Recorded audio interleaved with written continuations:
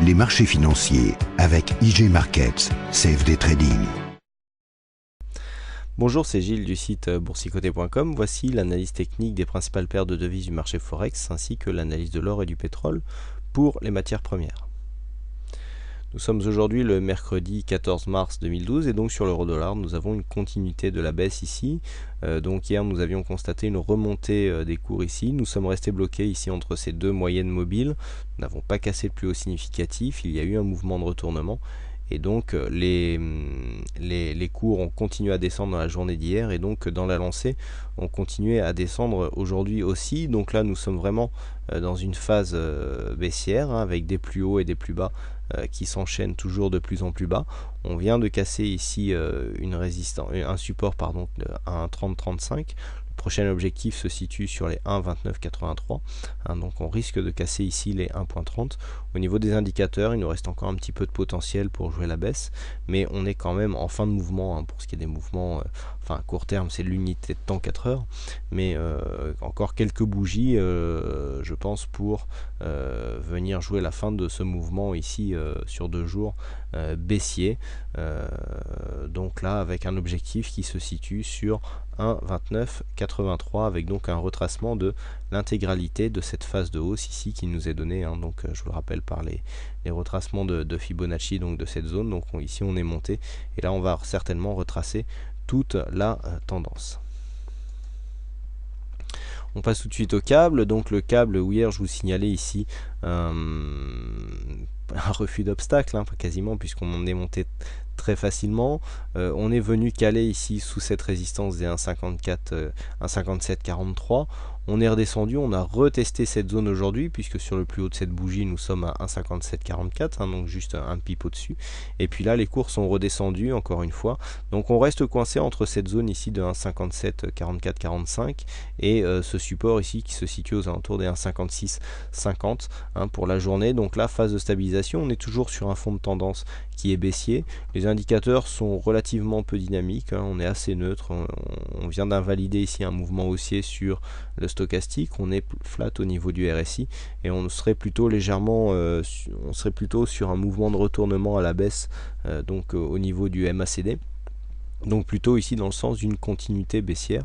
Hier je vous disais qu'on avait peut-être une phase de retournement puisque nous sommes ici sur un plus haut intermédiaire qui avait été cassé sur la séance d'hier.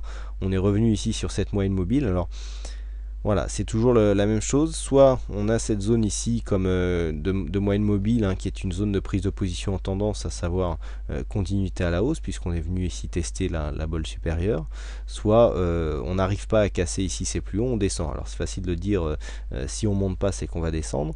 Mais là, pour vous dire que les signaux sont quand même assez antagonistes, je dirais, orientés différemment, qui peut laisser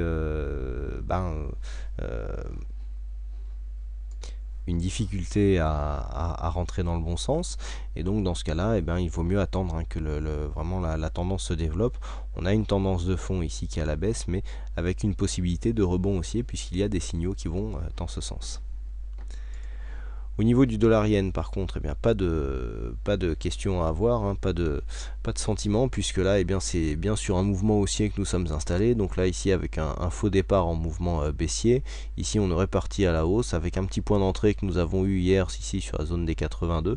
Et puis, hop, on a retrouvé une dynamique. Donc pour ceux qui ont, je ne l'ai pas pris personnellement, mais pour ceux qui ont su prendre ici ce point de contact entre 80 et 80. Entre 82 et 82,05, c'est déjà 150 points gagnés, même 160 gagnés sur ce trade, c'est assez sympa. Le dollar yen qui a retrouvé sa volatilité. Alors attention, par contre, on est largement suracheté au niveau des stochastiques RSI. On a une divergence qui apparaît au niveau de MACD, donc on pourra avoir ici un retournement. On est venu caler ici sous les 83, 85, et puis pour l'instant, cette résistance ici a l'air de nous de barrer un petit peu la route du chemin de la hausse de cette paire de devises, et donc pourrait provoquer un petit retournement, le dollar qui a énormément monté ces derniers jours. On continue avec l'or, et donc avec une conséquence de la hausse du dollar, eh bien c'est la baisse de l'or, hein, puisque assez souvent le métal jaune est inversement corrélé à l'évolution du dollar. Donc là nous avons cassé ici cette résistance des 1673, et je vous le donnais hier, hein, le support, donc le prochain objectif se situe à 1640 $ l'once. Donc là on est venu tester une première fois, et là revient de tester une deuxième fois ce support. On est quand même en phase de survente. On devrait ici pour l'instant, ce support devrait résister, hein, du fait de la survente ici que nous constatons sur les indicateurs, mais rien n'est jamais sûr en bourse. Quoi qu'il en soit, on reste ici dans une évolution négative, hein, sur la tendance de fond, puisqu'ici sur 2 semaines on voit bien les plus hauts et les plus bas, toujours de plus en plus bas, donc toujours sur une évolution baissière au niveau de l'or. Donc là on serait plutôt sur un point bas. Alors personnellement je ne joue pas les consolidations à contre-tendance, mais on peut très bien attendre ici un retour pour par exemple sur cette résistance ou sur une moyenne mobile prendre une position short, à savoir dans le sens de la tendance de fond.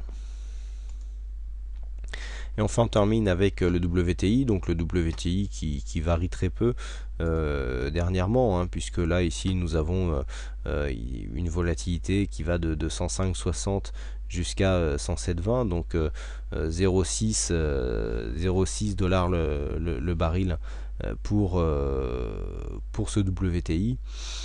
Donc bon, attention, on a le dollar qui monte pas mal, donc normalement ça aurait pu provoquer un mouvement baissier sur le pétrole. Le fait que le pétrole reste stable alors que le dollar monte peut nous indiquer que si le dollar commence à baisser, eh bien le prix du pétrole risque de monter fortement. Donc attention, on surveillera un dépassement ici des 108,30 pour ce qui concerne ici ce plus haut intermédiaire, avec une cible potentielle ici à 110,50 $ le baril. Mais pour l'instant on est dans une phase d'oscillation entre ces deux zones de points hauts de points bas et de points hauts. Et puis bon, une cassure ici de la zone des 104,30 nous donnerait un signal de continuité baissière, puisque je vous le rappelle ici, hein, les droites ont disparu, mais nous sommes sur un mouvement quasi en drapeau, hein, puisque voilà. Alors attendez, voilà, si on configure, voilà, on va un petit peu épaissir ça, et si on duplique ici cette droite, eh bien on s'aperçoit que au niveau de la tendance on respecte bien, et que donc par rapport à cette montée, eh bien nous sommes dans une phase de consolidation assez régulière, et que donc ça serait une cassure à la hausse de cette résistance qui nous donnerait une sortie de consolidation, avec donc un objectif ici qui se situe à 110,50 $ le baril. Voilà ce que l'on peut dire donc sur l'analyse technique de toutes ces paires de devises et donc ce marché forex et matières premières. Il ne me reste plus qu'à vous souhaiter à toutes et à tous une bonne soirée, bonne chance dans vos trades, et je vous donne rendez-vous dès demain pour de prochaines analyses. Puis encore une fois, désolé pour les analyses, hein, qui ont manqué cette semaine. Donc gros souci technique cette nuit au niveau du contenu du site boursicoté.com qui a été perdu, que j'ai pu restaurer suite à une sauvegarde. Mais et puis pour les analyses aussi de début de semaine qui n'avaient pas pu se faire suite à une panne de la plateforme Forex. Voilà, merci encore une fois à toutes et à tous pour votre fidélité, pour vos visites sur le site boursicoté.com. Les marchés financiers avec IG Markets, CFD Trading.